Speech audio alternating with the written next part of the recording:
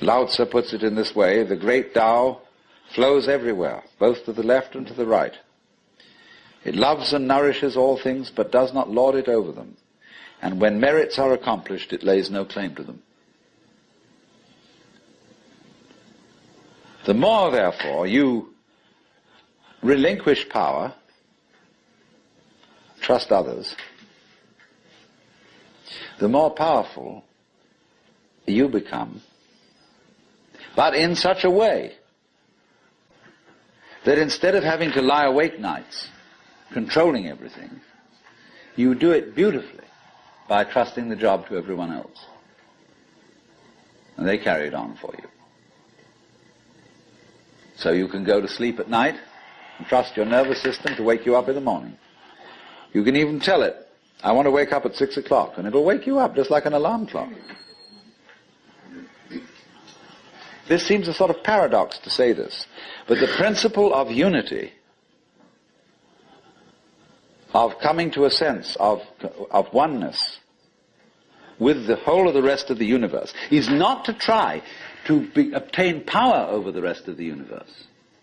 That will only disturb it and antagonize it and make it seem less one with you than ever. The way to become one with the universe is to trust it as another, as you would another, and say, let's see what you're going to do. But in doing that, you see, in saying that to everything else that you have been taught to think is not you, you are also saying it to yourself.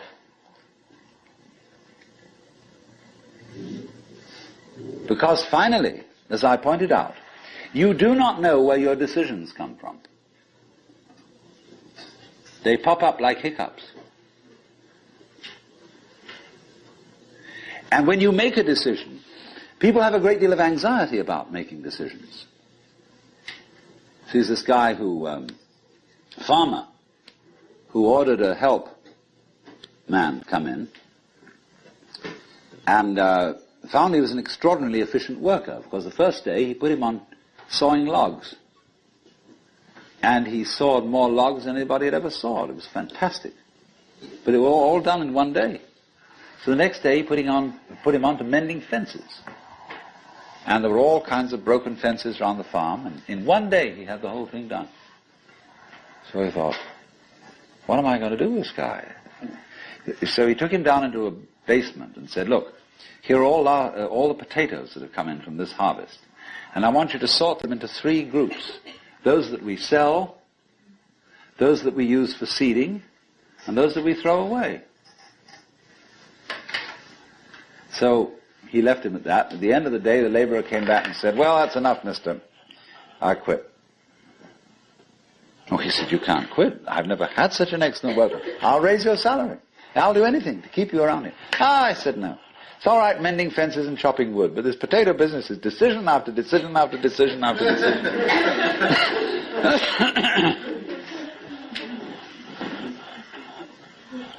So when we decide, we're always worrying, did I think this over long enough? Did I take enough data into consideration? And if you think it through, you find you never could take enough data into consideration. The data for a decision in any given situation is infinite. So what you do is, you go through the motions of thinking out what you will do about this. And then when the time comes to act, you make a snap judgment.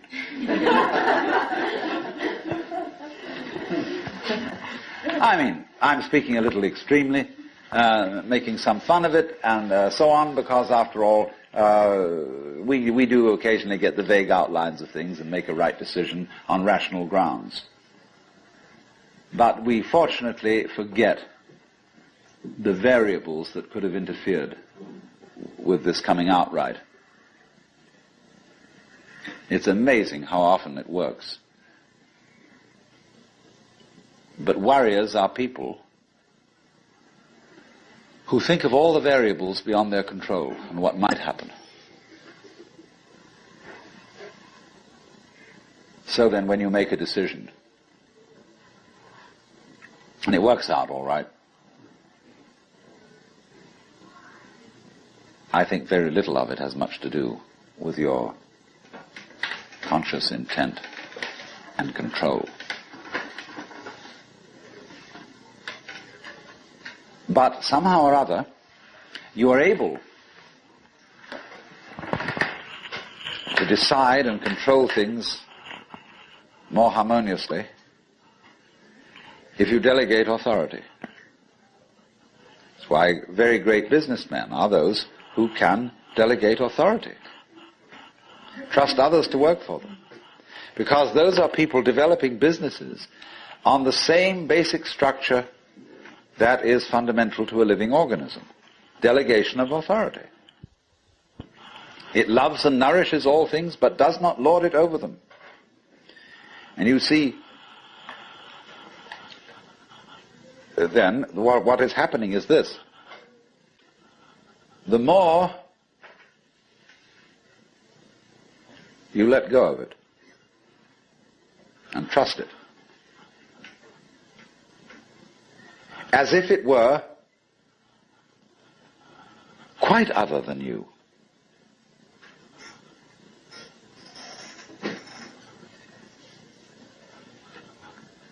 the more you realize the inseparable identity of self and other.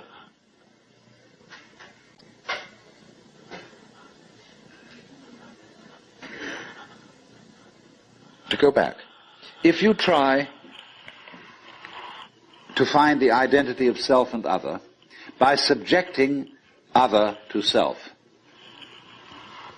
no go. If, on the other hand, you find it through giving self, that is control, over to other, and trusting that, you may make a mistake. You may make a bad gamble. But in the long run, you're acting on a principle which has the backing of evolution. This is the way biological evolution goes on. Constant delegation of authority. That's why, obviously, the democracy is superior to the monarchy. It was de Tocqueville who said that democracy is always right, but for the wrong reasons. Because there is operating in a democracy the principle that Buckminster Fuller calls synergy. And synergy is the intelligence of a highly complex system, the nature of which is always unknown to the individual members. Because that goes back again to this point, that we're always entering a new environment. We don't ever know fully what the new environment is, because the only environments we know are the past ones. There is always then operating in the development of cellular life on any level a new way of organization, higher than any existing form, and we are not aware of it until after it's happened. If you ever saw, for example, the film Kon-Tiki, this man figured out a few things as to how to make a balsa wood raft to sail from South America to the Pacific Islands. But once he had set this in motion, he discovered that all sorts of unexpected factors cooperated with him. That when the wood got wet, it expanded so that the ties bit into it and held it completely secure. He had never expected that. And he found that as he sailed along, a flying fish would simply alight flat on the deck every morning for breakfast. That all kinds of natural factors, it was this, he had touched a key where he was flowing with the course of nature, and everything cooperated with him. Because he had touched the key. He had made the act of faith. And he was just picking up, in other words, a practice which had been hundreds and hundreds of years ago, had been followed by others who had worked it out by their great ecological awareness.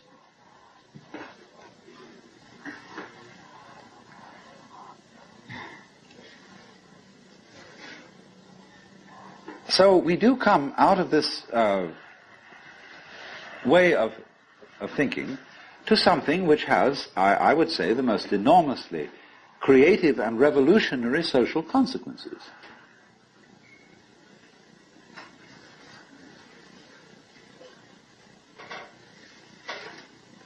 That it has become not virtuous,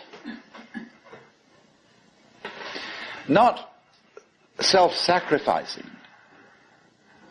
and not anything like that.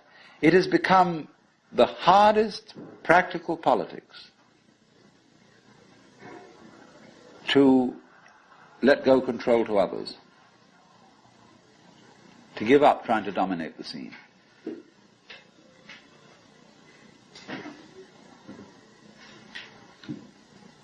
Also, in a parallel way, it has become at this time in our history very much hard practical politics.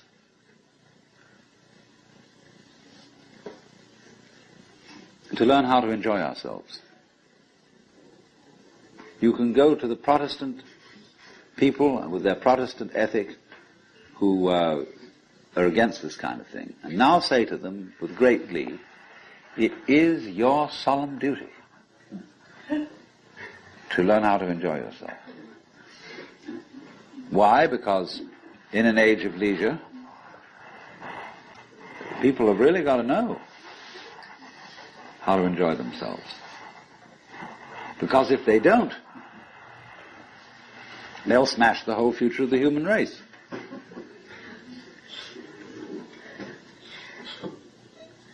So a utopia has become not some sort of a dream, but an urgent necessity. We can't do without it. Because if we try to do without it, what's going to happen is that we are going to terminate our race in a mutual massacre of scapegoats.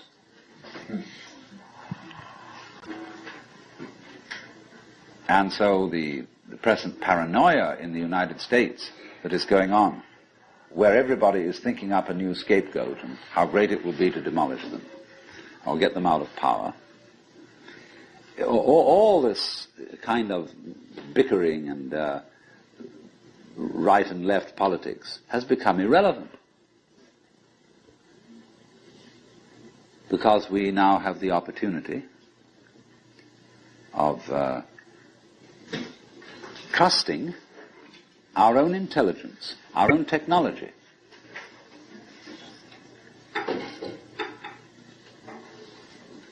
to take the risk of doing what we want, which will work to the extent that we realize that what I want, basically, what I really want is what you want. And I don't know what you want. It surprised me.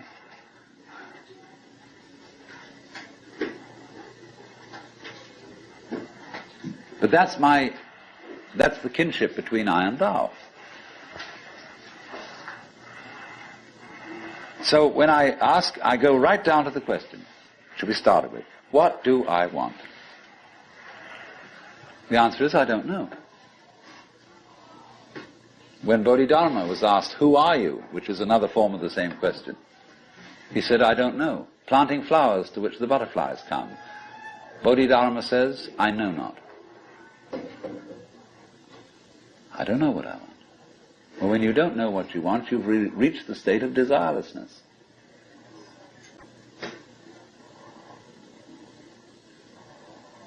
When you really don't know. But you see, there's a beginning stage of not knowing, and there's an ending stage of not knowing. In the beginning stage, you don't know what you want because you haven't thought about it, or you've only thought superficially. And then when somebody forces you to think about it and go through and say, yeah, I think I'd like this, I think I'd like that, I think I'd like the other, that's the middle stage. Then you get beyond that. Say, is that what I really want? In the end you say, no, I don't think that's it. I might be satisfied with it for a while, and I wouldn't turn my nose up at it, but it's not really what I want. Why don't you really know what you want? Two reasons that you don't really know what you want. Number one, you have it. Number two, you don't know yourself, because you never can. The Godhead is never an object of its own knowledge. Just as a knife doesn't cut itself, fire doesn't burn itself, light doesn't illumine itself. It's always an endless mystery to itself. I don't know. And this I don't know, uttered in the infinite interior of the spirit,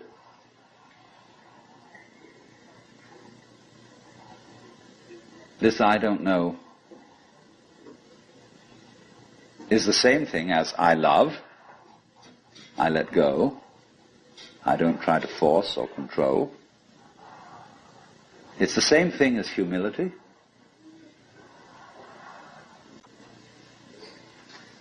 And so the Upanishads say, if you think that you understand Brahman, you do not understand, and you have yet to be instructed further. If you know that you do not understand, then you truly understand.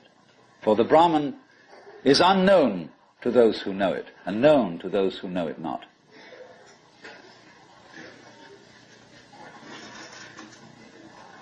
And the principle is that any time you, as it were, voluntarily let up control, in other words, cease to cling to yourself, you have an access of power.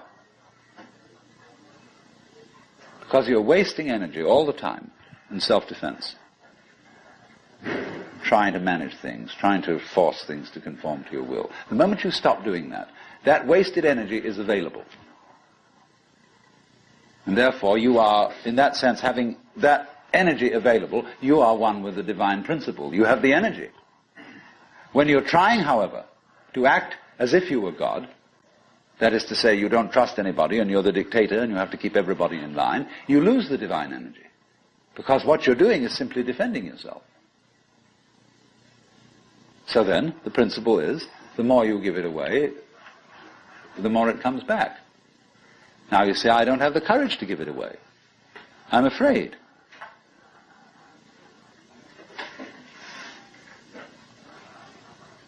And you can only overcome that by realizing you better give it away, because there's no way of holding on to it.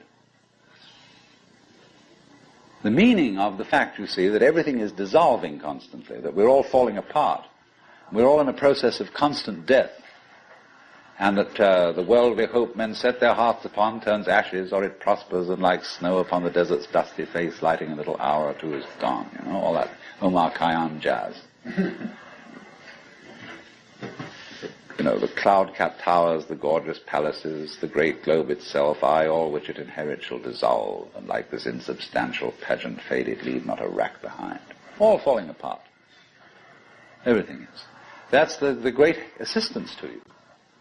See, that fact that everything is in decay is your helper. That is allowing you that you don't have to let go,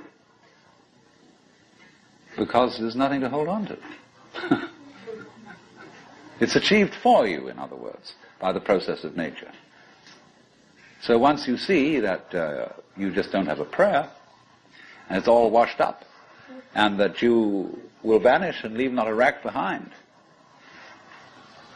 and you really get with that, suddenly you find you have the power. This enormous access of energy.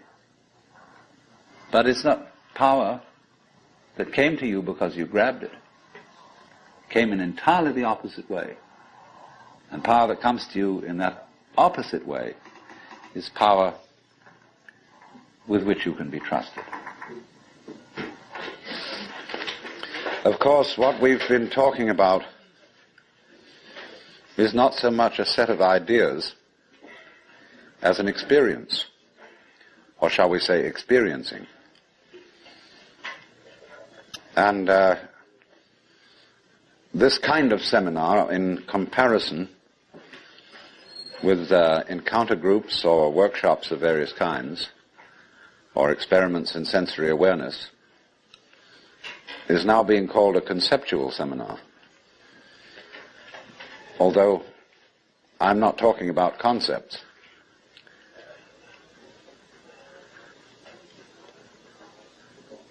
But the crucial question arises that an understanding, a real feeling understanding, of the polar relationship between the individual and the world is something that operates, as we say, in your bones, and isn't just a view that you hold or a belief that you hold. It's so curious that the emphasis of the Western tradition in religion is primarily upon right belief. Do you believe in the right dogmas and the right doctrines? And only secondarily upon right action. Because what you believe is, in Christianity at any rate, far more important than what you do. Because one is saved through faith, not by works. And early in its history, the Christian church rejected the movement in the church which had been known as Gnosticism, from the Greek gnosis, which means knowledge. And in a way, there were some sound reasons for doing so. Because the Gnostics were what I would call anti-materialists. They divided human beings into three classes that were called, respectively, pneumatic, psychic, and hylic. The last one being H-Y-L-I-C, from the Greek hyli, or they would call it now ile, meaning wood. So the people were spiritual, psychological, and wooden. And that is to say, the wooden people were those most absorbed in materiality and most closely identified with their bodies. And Orthodox Christianity rejected this sort of distinction because of the perfectly correct idea that material existence is not inconsistent with spirituality. This is something which most Christians have forgotten. But they do believe as the central principle of Christianity in what's called the incarnation. That in the Jesus of Nazareth, Almighty God did in fact become material, become human. And by this process initiated a transformation of the cosmos. In the words of St. Athanasius, God became man that man might become God. And you don't hear that from the pulpit very often. The Christian church therefore emphasized pistis, or faith, as against gnosis, or knowledge. Because they said you can never know God. God could never become an object of knowledge. And in this funny roundabout way, the Christian theologians were saying exactly the same thing as the Hindus. Only the Hindus do call this knowledge of God through faith, they call it jnana, which is the same as the Greek word gnosis. But just to give you a little sidelight on how words get mixed up in their meanings, we now have a class of person called an agnostic. And an agnostic generally means a person who doesn't commit himself to any beliefs about the ultimate nature of things. He just says he doesn't know. But the original word, agnosia in Greek, meant a special kind of knowledge. It was called the dark knowledge of God. The knowledge of God in the cloud of unknowing, to use the title of a mystical treatise written by an anonymous 14th century English monk. This monk derived his ideas from a very mysterious figure who wrote under the name of Dionysius the Areopagite. Dionysius was a 5th or 6th century Syrian monk who had learned his mysticism from Porphyry, who got it from Plotinus, who was a Neoplatonist, and who probably got a great deal of stimulation from the intellectual world of Alexandria. And Alexandria, in the early years of the Christian era, was a tremendous exchange place between East and West. Buddhist monks visited Alexandria.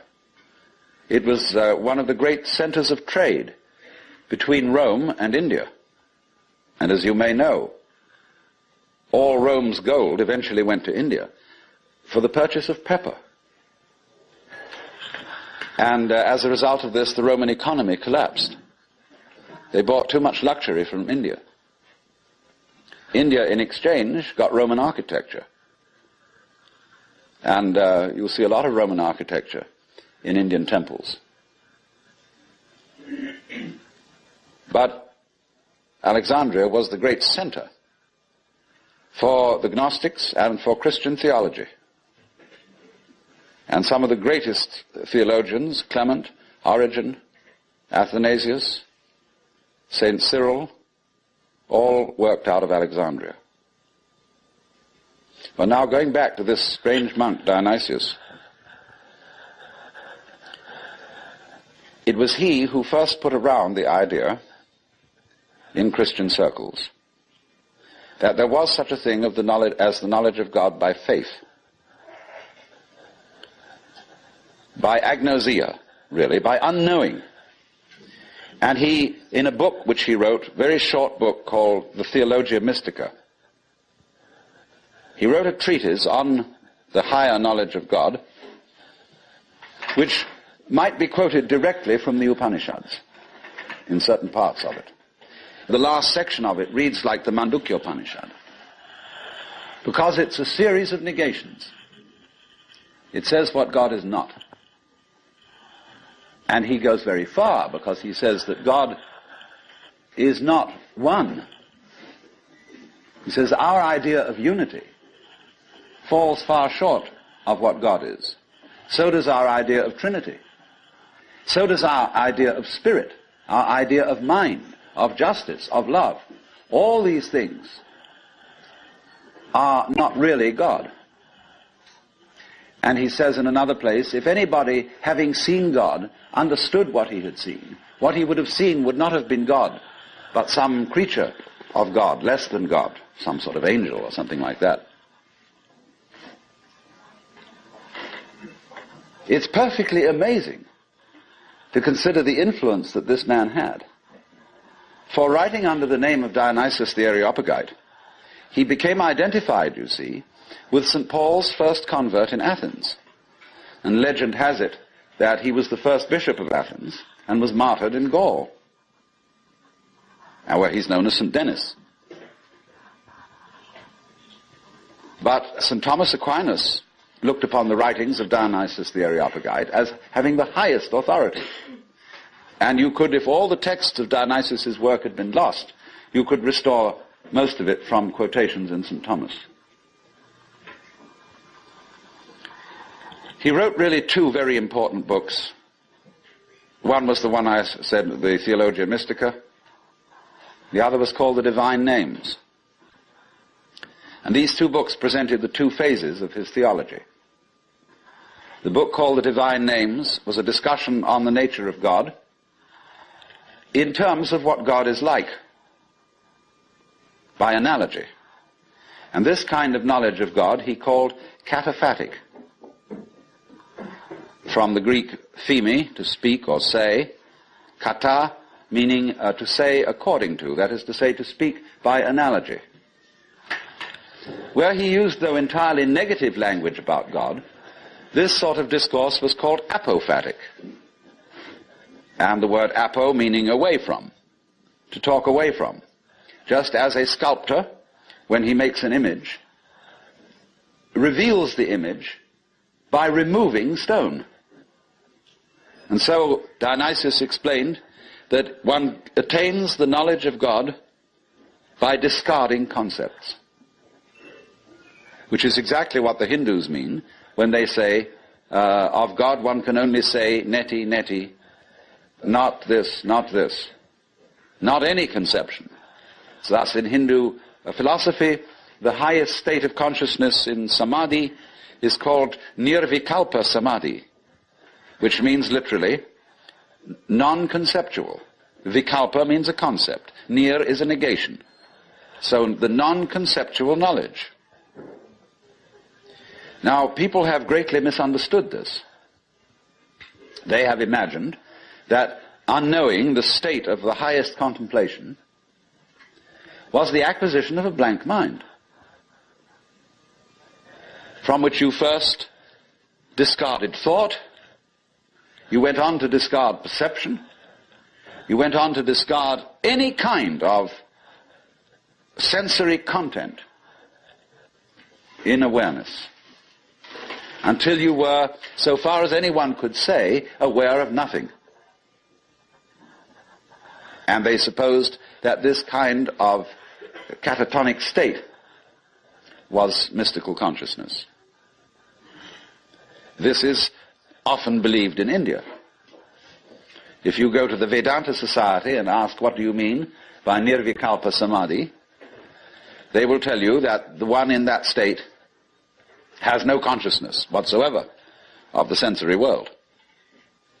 That he is completely absorbed, as you sometimes see Hindu holy men sitting in a state where they are blind and deaf to everything going on around them. The founder of Chinese Zen, known as Huineng, described people like that as no better than pieces of rock and lumps of wood. He said it's a very serious mistake indeed to confuse sunyata, the Sanskrit word for the great void, which is both the ultimate reality and the consciousness thereof. He said it's a great mistake to confuse it with nothingness. It is rather to be thought of as space, or like space, because space is not empty. It contains the whole universe. And so in the same way, the state of mind of a person who is truly enlightened is not empty. It contains everything. But, like space, it is not stained by what it contains. And it's often said in Zen imagery, you can't hammer a nail into space. You can't spit on the sky and soil it. If you try, the spit will just return and hit your own face. So they go on to say the consciousness in all of us, your basic mind is like space. It is completely pure. But of course by purity, they don't mean unsexual, which is of course what purity generally means in the Western world. Blessed are the pure in heart, for they shall see God. A person who's pure in heart is generally understood as one who never has any naughty thoughts. You know what naughty means?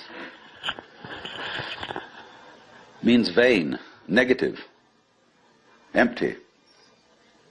A naughty person, therefore, is one who doesn't amount to anything, who's just nothing. That's the real meaning. But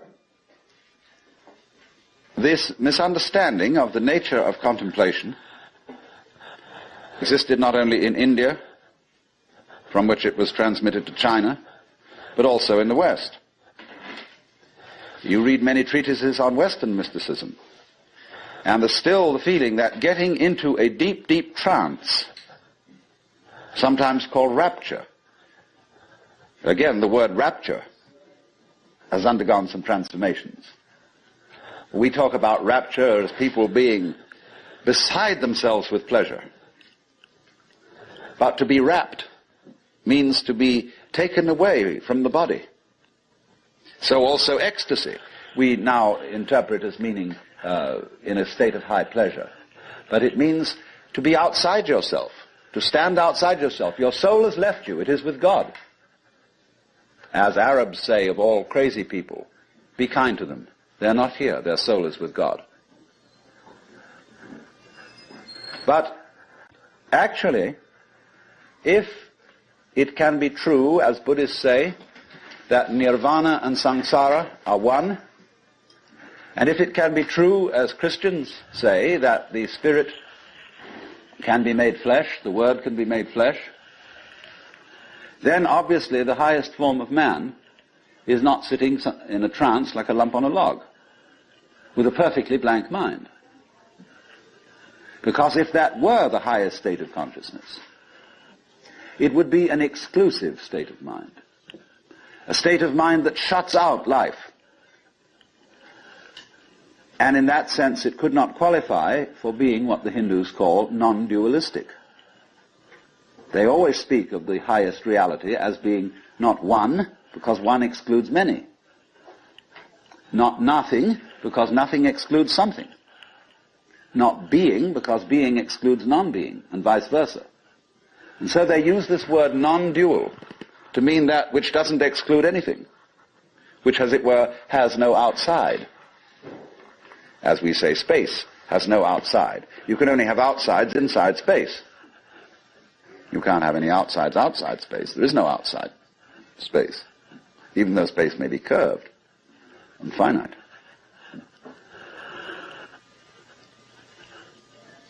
So, if you want to think incidentally of that curved space, go and take a look at a photograph in the Life, a book on mathematics, where there's a picture of a Klein bottle, which is a three-dimensional Möbius strip. A Möbius strip, you know, is a piece of paper that is twisted once and then joined. And it has only one side and only one edge. Now, a Klein bottle is a three-dimensional Möbius strip, and it only has one inside. It has no outside. You can say it has an inside and no outside, or it has an outside and no inside. It's a fabulous little trick.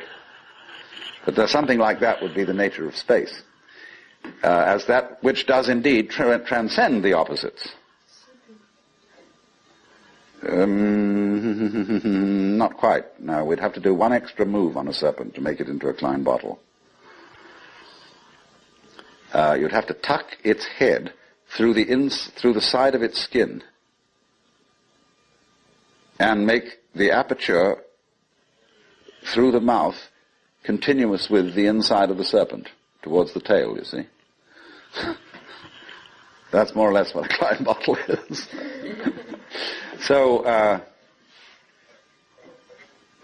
what I'm getting to, I'm giving you something out of the general history of religions to show that what has been meant by the mystical state, the state of samadhi or awakening in certain traditions, is not this state of trance, but a state of consciousness in which you can perfectly well carry on your daily affairs.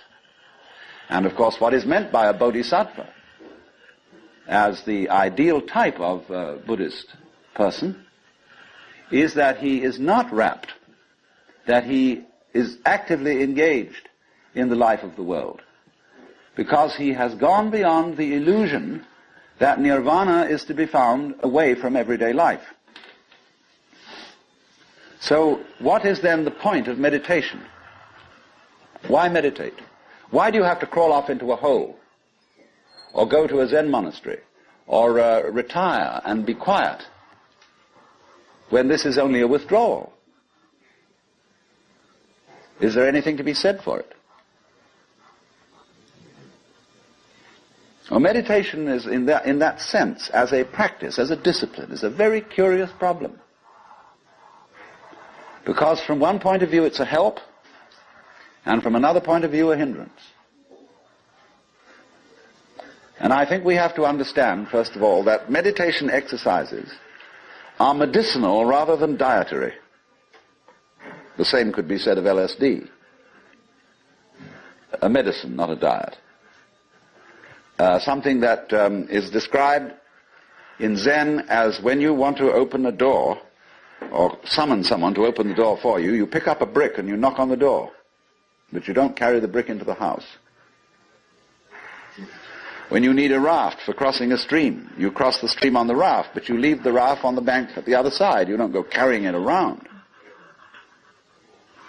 But a lot of people, when they get into meditation, or they get into religion, or into any kind of exploration of this sort, turn the door into a revolving door and keep on going round and round and round and never get through.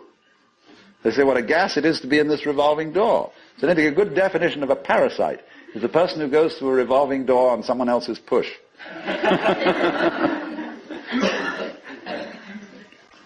So there are all sorts of people in the religious racket who are going through revolving doors. And they're very bitter about people who walk right through and leave the door behind, because they say, well, you haven't paid enough respect. You must really understand religious one-upmanship. It's a tremendously important thing. And don't be caught out by this, because what happens is, there's a little game going on, which I'm going to initiate you into. And it's played in Zen, which is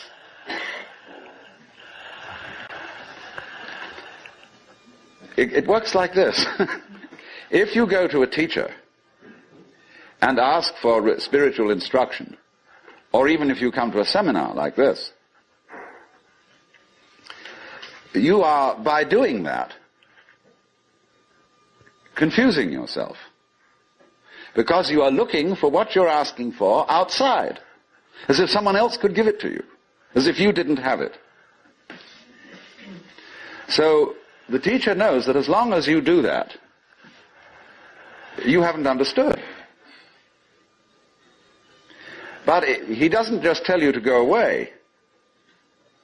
Or he may sometimes just say, go away, I'm too busy. And in any case, I can't tell you anything. Well, people won't take that for an answer. They won't take no for an answer. And furthermore, if he just said, go away, they would just find some other teacher who would exploit them and maybe keep them as followers for years and acquire a great deal of money by so doing. But what he does is another thing. He tries to give them the put down, as if to say, you have a great long distance to go yet. Your attainment is not at all perfect. And they're always talking about other sects and other schools and saying, well, they haven't really got the point, you see? So that you keep losing faith in yourself and feeling, my goodness, I haven't yet attained this thing. And that keeps you working. But all the time, you're being talked out. It's like someone who's a pickpocket and he's stolen your own watch and is selling it to you.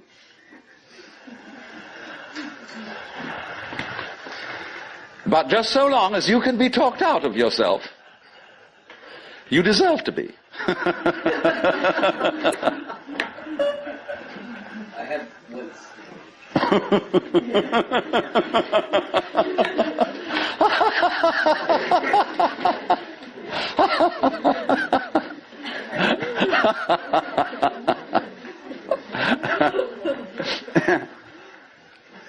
Now, you become very aware of this if you ever do momentarily slip into some sort of mystical experience.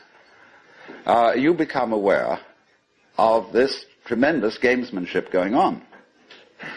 And you see it as sort of continuous with all sorts of cosmic games that are going on, of creatures eating other creatures up, and the creatures that get eaten, of course, transform themselves into the creatures that eat them, and then in turn eat other creatures.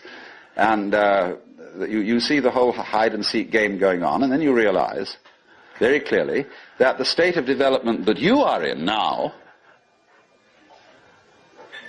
is no better and no worse than anybody else's state. Because it's like space again. Which planet is in, or which star is in the best position? Well, it's all equal. They're all in the middle. Any one can be considered as the center one. Any point on a sphere is the center of the surface of the sphere.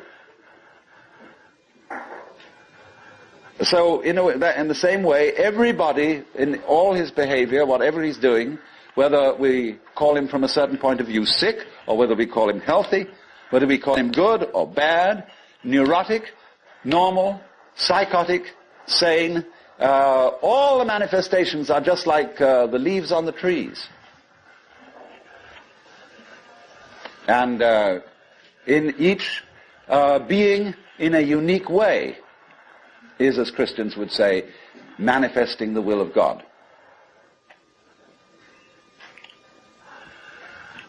So, there really, from that point of view, you see, there is nothing to do to attain Buddhahood. Nothing at all. But you see, that's very difficult to understand, because a lot of people, when they hear that there's nothing to do, try to do nothing. And you can't. Because you are karma, and karma means action. You can't do nothing. But the thing you're looking for, or think you're looking for, is what you're doing. Is what's called you. Only, of course, as we all know, we've got ourselves into the idea that oneself is so difficult to see. Because it's like, as I've often said, trying to bite your own teeth or look into your own eyes, and you can't find it. It's always behind. It's like your head is, from the optical point of view, a blank space. Neither light nor dark. It's right in the middle of everything. And so, one of the great tricks of gurus is to set people looking for their heads. There's a famous story of a king in India in ancient times called Yajnadatta. And one morning he woke up and reached out for his mirror and brought it over. No head. He was looking in the wrong side of the mirror. And he was kind of bleary-eyed and had a hangover. So he summoned servants and said, "Ye gods, I've lost my head. Find it." And they said, "But Your Majesty, it's there on your shoulders." He said, "It is not. I can't see it in the mirror. Nobody can show me my head." So they were rushing all over the place, looking for the head. Now the trick to that is, of course, that you are perfectly well aware of your head, only not in a form in which you expect to be aware of it. You expect to be aware of your own head in the same way as you're aware of other people's heads. But that wouldn't be true of you, because you've got an inside view on your head. You have an outside view of other people's heads, because, of course, you're taking an inside point of view. But the way in which you are aware of your head is in terms of what you are seeing and hearing. Because all sights and all sounds are what the nerves inside your head are doing. That's how to be aware of one's head. You are aware, therefore, of yourself, the mysterious self that you have, in terms of experience. Because there isn't really any difference. But that always escapes people, you see. So perpetually, so long as you don't understand that, you can be talked into going on to all kinds of weird excursions. And just so long as you believe it, you're a sucker. You're hooked. And it takes a tremendous inner confidence and nerve finally to say, hey, don't pull that stunt on me anymore. I see through your game. And because gurus are very clever at putting you down, but they're just trying to see how strong you are, testing you out, see if they can hoodwink you. So long as they can, you see, they're going to go on doing it, because they're going to get you to the point where they can't do it to you anymore. Then they'll graduate. And so one of Rinzai's students, after he saw through it, said, well, there wasn't much in Rinzai's Buddhism after all. Of course there wasn't. He said boldly and straight out, my teaching is just like using an empty fist to deceive a child. You know, when you play games with a child and pretend you've got something here, and the child goes into all kinds of tizzy to get you to open your hand and show what it is, and then there's nothing. Fooled. So you can be fooled, as long as you can be fooled. When you can't be fooled, you don't ask the question anymore, because it's all become clear. It's all become clear that there is no puzzle about this universe. What makes you think there are puzzles about this universe? Very simple reason. You're trying to explain it. And when you explain things, what do you mean by explanation? There are several meanings of explanation. There's really one basic meaning. But first of all, to be able to translate what is happening into terms of words or numbers. In other words, to describe. But a real explanation is not just a description. It's a description which enables us to control what we are describing. But didn't we see in the last session that to control the world is not really what we want to do?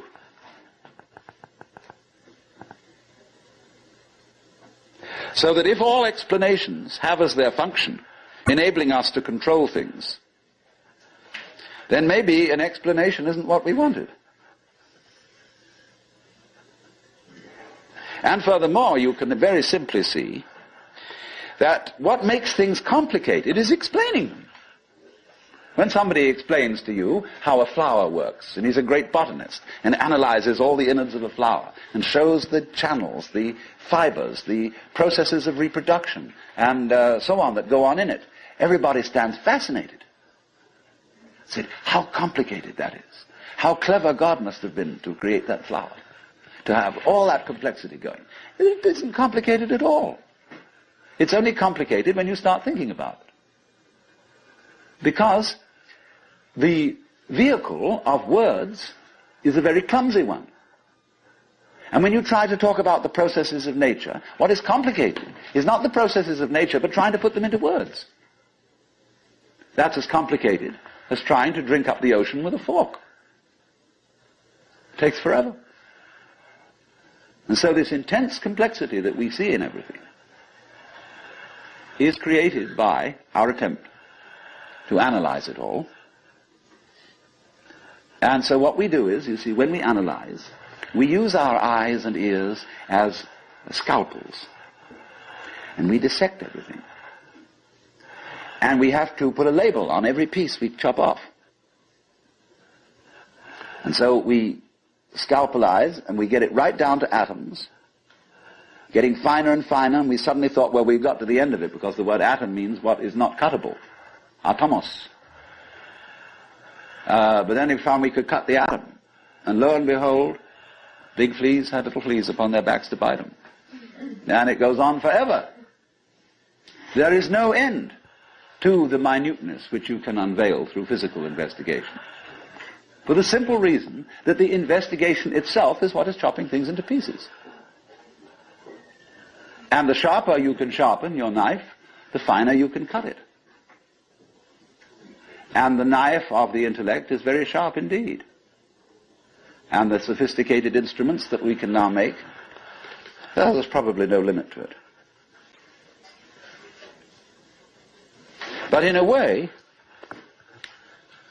all that is vain knowledge. In a way. Because you see, what it does is, it gives you the illusion that you've solved your problems.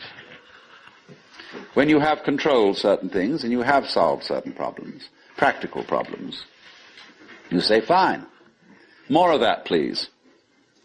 Let's go on solving problems. And then you do. And you create a world of people, as we are today, far more comfortable than people who lived in the 19th century. Just remember the troubles of going to a dentist when you were children, or some of you when you were children, of medicine, of badly heated homes, of all sorts of things that we don't put up with anymore.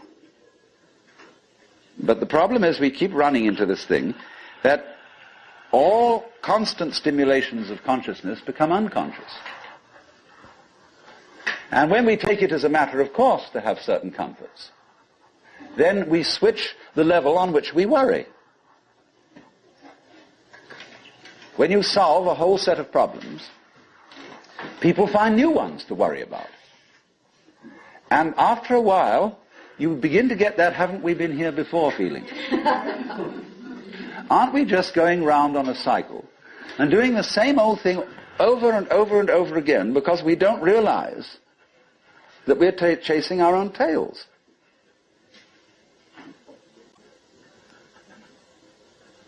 By an eternally recurrent process of not knowing who you are. That is the hide and seek. That is the nature of what the Hindus call the Manvantara and the Pralaya, the period of the Manvantara in which the worlds are manifested, and the period of the Pralaya in which the worlds are withdrawn from manifestation. In and out, in and out. Evermore came out by the same door as in I went. And the thing is, to get to the point where you can see that you are doing that in every moment of your existence, with every tiny little atom of your body, you now, at this minute, you see, are the whole system of inning and outing. In other words, you often think perhaps, maybe a long, long time ahead, I shall reach the point where I wake up from manifestation and overcome the world illusion and discover that I am the supreme reality behind all this diversification. My friends, there is no diversification.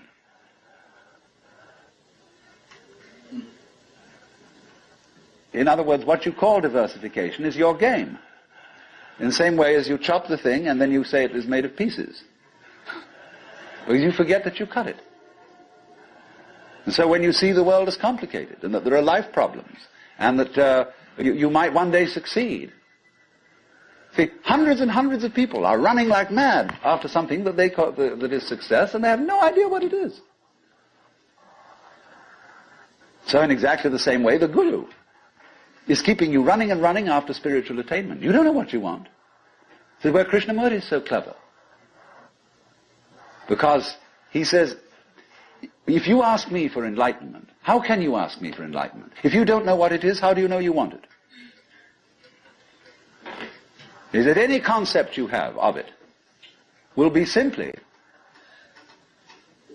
a way of trying to perpetuate the situation you're already in. If you think you know what you're going out for, all you're doing is you're seeking the past, what you already know, what you've already experienced. Therefore, that's not it, is it? Because you say you're looking for something quite new. But what do you mean new? What's your conception of something new? Well, you figure I can only think about it in terms of something old, something I once had. So he doesn't say anything. He doesn't indicate anything positively. Everybody says, why are you so negative? Why don't you give us something to hang on to? Well, the simple answer is it would be spurious. You don't need anything to hang on to. You're it. You don't need a religion. But then you say, well, what is all this religious stuff about then? Why don't we just forget it? You can try. By all means. Just go away. Don't go to gurus. Don't go to church. Don't enter philosophical discussions. Forget it. But then you'll realize that by having consented to forget it, you're still seeking. What a trap. What can you do? You see, if you stay here and listen to me or to anyone else who comes around here, you're fooling yourself. But if you go away, you're fooling yourself too. Because you still think that's going to improve your situation. It won't. And therefore, when you discover that it doesn't, you'll think, well, maybe it was a mistake to go away, and you come back to the guru. And he looks at you and says, you are very undisciplined, very inferior student. And you need to apply yourself. Well, as I explained what he's doing. But it comes down in a way to a sort of contest with the guru. You see? Well, will you call his bluff? You're afraid to. Because you might discover that if you do call his bluff, he's no better than you are. Well, that's what you're supposed to find out. But without being cynical about it. He's as divine as you are. But you've got to call the bluff. There's going to be a showdown. And it's a double bind. The whole situation's a double bind. Because it doesn't do any good to stay here, and it doesn't do you any good to go away. Either to do something about it or to do nothing about it. Now then, there's something else. When you understand that, and when you realize that there's nothing to realize, because it's all here, then what are you going to do? Well, of course, this is the sense of the Zen poem. Supernatural activity and marvelous power. Drawing water, carrying fuel. You know? Do whatever one does as a human being. But there's a little element of Philistinism in that. It's like when a child is pestering father or mother with all sorts of questions. They finally get down to the deepest metaphysical problems. They say, oh, shut up and eat your donut. And I wouldn't say that, you see, at this point. Because life, as one looks at it, you see, is in fact a celebration of itself. When you look out at night at the stars and you really wonder, good God, what is all that about? Well, it's a firework display. And it's celebrating High Holy Day. It's whoopee. And the whole world is whoopee. It's a kind of exuberance. And therefore the proper function of religion is digging this. It's not seeking. It's not seeking anything. But is, in a way, thanksgiving. That's why, of course, the Christians were right in calling the Mass the Eucharist, the thanksgiving. Only they had such a complicated way of thinking about it that nobody could understand it. So there, in religion, all religious exercises, whether they are meditative or whether they are ritualistic, are whoopee. They are not something you do in order to attain anything. They are like art forms. like dancing. They are expressive of attainment, of the attainless attainment. So here's another hang-up for you. When you go to Mr. Suzuki, who runs the Zen Center, he's a good disciple of Dogen, who brought Zen, a certain school of Zen to Japan in the 13th century. Dogen said, you can't sit and meditate unless you're already a Buddha. In which case, why meditate? Well, meditation is just the way a Buddha sits. And he called this sitting just to sit, not to attain enlightenment. Because the minute you do that, you see, you're not meditating.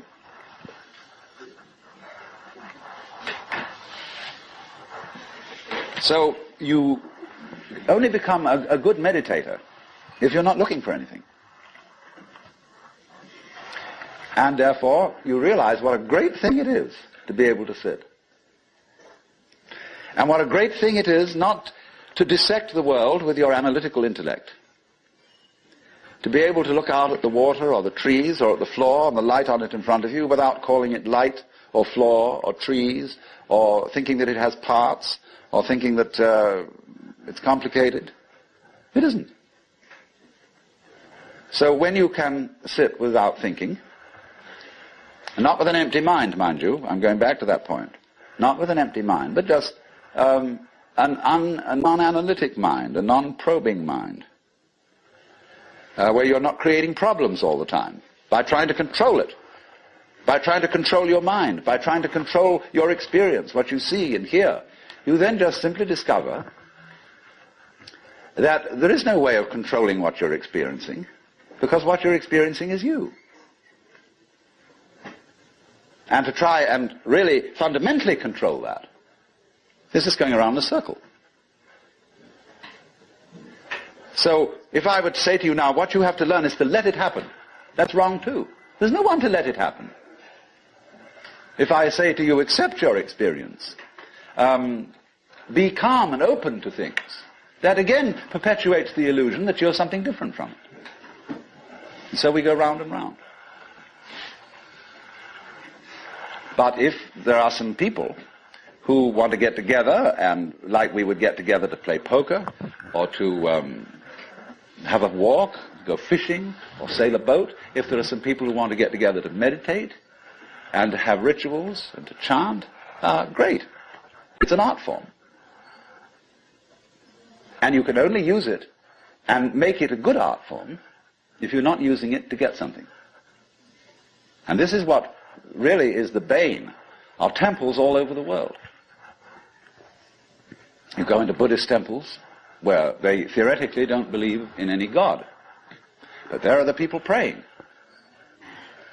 And they're all doing it in order that we get a male child next time around, or that the horse recover from a disease, or that mama gets cured of the dropsy. And all these petitions are going on and on and on. People are always coming to the temple to ask for something. Lowbrow people for lowbrow things, highbrow people for highbrow things. And there all the vendors sit outside and sell souvenirs and magic and charms, and all the people go in and do this.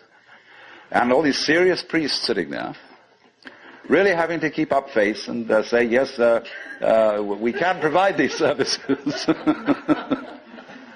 On the other hand, if you go in to one of these temples, along with all the faithful followers, and have a ball, buy a bead, buy a candle, buy a this, buy that, buy some incense, go in, and dig this great thing going on, salute the Buddhas, or the altars, or the crucifixes, or what you will.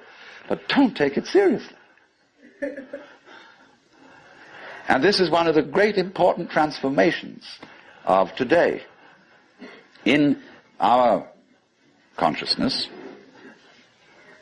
is that a great many people are finding out that religion is not supposed to be taken seriously. This is a shocking thing to many people. There used to be an old saying that a religion is dead when the priests laugh across the altars. That's true in one sense. when the priests know that they've got a racket going, and they don't believe one word of it, and they're laughing across the altar because of all these suckers around doing it, then it's true. The religion is dead.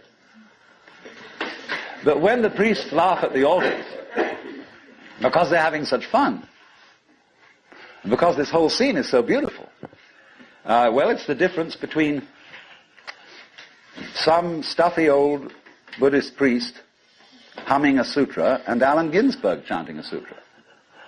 That's a thing to hear. Because the priests are going, they go on for interminably.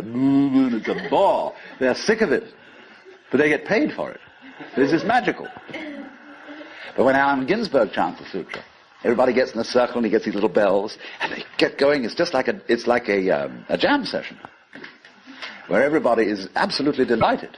Well, that's the way to do it. And if you can't do it that way, forget it.